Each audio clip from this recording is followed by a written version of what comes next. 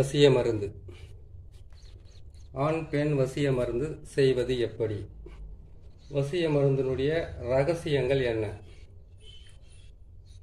இந்த வசிய மருந்து செய்கிறதுக்கு உண்டான பொருளையும் அது எப்படி செய்யணுன்ற விதிமுறையும், இது செய்து கொடுக்கறதுனால யாருக்கு யார் வசியம் ஆவாங்கன்றத இந்த விஎஸ் மாந்திரிகத்தில் நீங்கள் கேட்டு தெரிஞ்சு நீங்கள் தாராளமாக நீங்கள் வாங்கி பிரயோகப்படுத்தலாம்.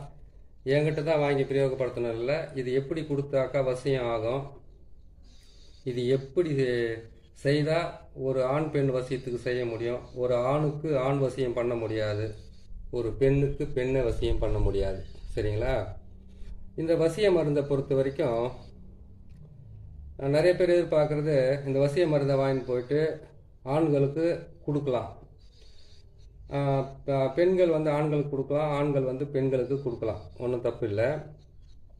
ஆனால் இதனுடைய ரகசியம் என்னன்னு கேட்டிங்கன்னாக்கா, கணவன் மனைவி பிரிந்திருக்கிற தம்பதிகள் ஒன்று சேர முடியாத பல பிரச்சனைகளால் விலகி இருக்கிற ஆண் பெண்களுக்கு இது கண்டிப்பாக பிரயோகப்படுத்தினாக்கா வெற்றி பெறலாம். பெண் ஆணுக்கு கொடுக்கறதுக்கும் ஆண் பெண்ணுக்கு கொடுக்கறதுக்கும் எந்த விதமான தயக்கமும் இல்லை, செய்யலாம். இது எப்படி கொடுக்கணும்னு கேட்டிங்கன்னாக்கா, நிறைய பேர் சொல்கிற மாதிரி நான் சொல்ல மாட்டேன். எது சொன்னாலுமே அதில் ஒரு கரெக்டான ஒரு முடிவும் ஒரு தெளிவான ஒரு இதுவும் இருக்கிற மாதிரி தான் நான் சொல்லுவேன். ஒரு ஆண் ஒரு பெண்ணிடமிருந்து எதையாவது அபகரிக்கிறதுக்காகவோ அப்படி இல்லைன்னு கேட்டிங்கன்னாக்கா, ஒரு பெண் ஆண்கிட்ட இருந்து எதையாவது எடுத்துக்கிறதுக்காகவோ இந்த வசிய மருந்து கிடையாது. அன்பு இல்லாமல் பாசம் இல்லாமல் தன்னுடைய வாழ்க்கையை சூனியமாக மாறி இருக்கும்போது இந்த வசிய மருந்துகளை வச்சு ஒரு ஆணை ஒரு பெண் வசியம் பண்ணி தன் இல்லற வாழ்க்கைக்காக துணையை தேடுறதுக்காக மட்டும்தான் செய்கிறது. இந்த வசிய மருந்து எப்படி செய்கிறது, இது எப்படி கொடுத்தா வசியம் ஆகும், எது கொடுத்தா வசிய முறிவு ஏற்படுன்றதை நான் உங்களுக்கு தெளிவாக சொல்கிறேன், அதை கேட்டுக்குங்க. இந்த வசிய மருந்து செய்கிறதுக்கு உண்டான வழி என்னன்னு கேட்டிங்கன்னாக்கா, இதில் சில வகையான மூலிகை எடுத்துக்கலாம். நச்சு பொருட்கள் என்று சொல்லக்கூடிய சில பூச்சி வகையும் இருக்குது, அது கொடுத்தா. அப்படின்னு கேட்டாக்கா ஊமத்த விதையும் இருக்குது. ஊமத்த விதையால் நம்ம மூணு வகையான ஊமத்தம் இருக்குது. வெள்ளை ஊமத்தம், பொண்ணு ஊமத்தம், கரு ஊமத்தம். பொண்ணு ஊமத்தினுடைய செடி, அதனுடைய விதை, அதனுடைய இலை, அதனுடைய வேர் கூட வசியம்தான். ஆனால் அதை பேதனம் பண்ணும், பைத்தியமாக்கி அதாவது நீங்கள் வசிய மருந்து நீங்கள் பொண்ணு மொத்தத்தினால ஒரு ஆணுக்கு பெண்ணோ பெண்ணுக்கு ஆணோ நீங்கள் கொடுத்துட்டீங்கன்னாக்கா, நீங்கள் பிரிஞ்சிங்கனாக்கா அவங்க பைத்தியமாக மாறுவாங்க. பைத்தியம் ஆகிட்டு அது அவங்க வாழ்க்கையில் ஒரு மனுஷன் ஆகக்கூடாத ஒரு சூழ்நிலையில் ஆகி அவங்க நாசமாவாங்க. அப்படி ஒரு பொருளை கொடுக்க வேண்டிய அவசியம் கிடையாது. நல்ல பொருளை சுத்தமான பொருள், சைடு எஃபெக்ட் எதுவும் இல்லாமல், பக்க விளைவுகள் எதுவுமே இல்லாமல் கொடுக்கக்கூடிய சில பொருட்கள் இருக்குது. அந்த பொருளை நான் சொல்கிறேன், அதை நீங்கள் அதை செய்து நீங்கள் பிரயோகப்படுத்தலாம். அதை கேட்டிங்கனாக்கா, தொட்டால் சினிங்கி வசிய பொருள். அதுக்கப்புறம் கேட்டாக்கா நிலாச்சுரிங்கன்னு சொல்லுவாங்க, அதான் நேல் பட்ட உடனே அது சுருங்கக்கூடியது, ரெண்டாவது வசிய பொருள். மூணாவது கேட்டிங்கன்னாக்கா முன் ஒட்டி பின் ஒட்டி, அதுக்கப்புறம் பின் துடாரி, அதுக்கப்புறம் கேட்டிங்கன்னா ஊசி காந்தம். இது எல்லாமே வசியத்துக்காக உருவாக்கப்பட்ட பொருள் தான். இந்த வசிய பொருளை வச்சுக்கிட்டு போயிட்டு நீங்கள் செய்ய வேண்டியது என்னன்னு கேட்டிங்கன்னாக்கா, 5 வகையான அழுக்கெண்ணெய் மட்டும் நீங்கள் எடுத்தால் போதுமானது.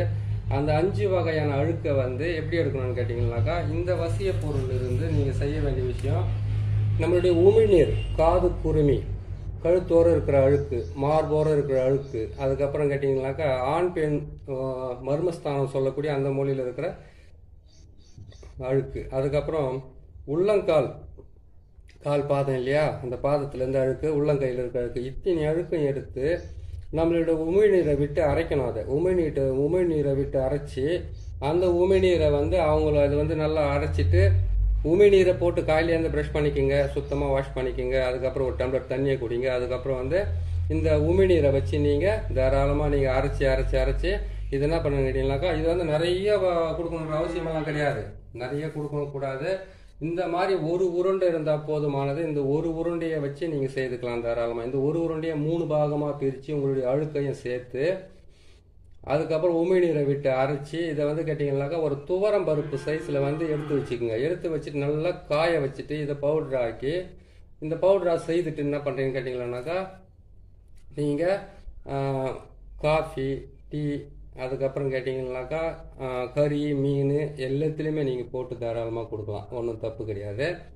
ஆனால் இது வந்து என்ன பண்ண கேட்டிங்கன்னாக்கா கொடுக்குற நாட்கள்னு சில நாட்கள் இருக்குது. என்ன நாள்னு கேட்டிங்கன்னாக்கா ஒன்று புதன்கிழமை, வெள்ளிக்கிழமை, திங்கக்கிழமை, இந்த 3 நாளில் கொடுக்கலாம். வியாழக்கிழமை கூட கொடுக்கலாம்.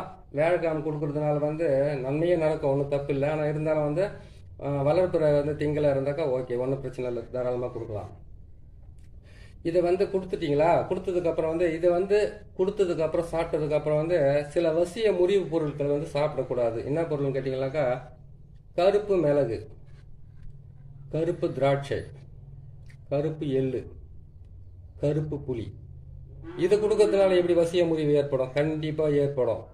எல்லா விதமான வசியத்தையும் முறியடிக்கக்கூடிய கருப்பு மிளகு இருந்தாவே எங்கேயாவது வந்து நீங்கள் உங்களுக்கு சந்தேகப்படுறீங்களா, யாராவது வந்து உங்களுக்கு மருந்து நம்மளுக்கு வச்சுருவாங்க, இவங்க நம்ம செய்கிறது வந்து நம்மளுக்கு ஏதாச்சும் வந்து நம்மளை வசியம் பண்ணி வச்சுக்குவாங்கன்னு பயமாக இருக்குதுங்களா, எந்த வீட்டிலனா சாப்பிட்றதுக்கு போங்க, ஒன்றும் தப்பு கிடையாது. மிளகு ரசம் மட்டும் ஒரே ஒரு டம்ளர் குடிச்சிட்டிங்களா சரியாக போச்சு.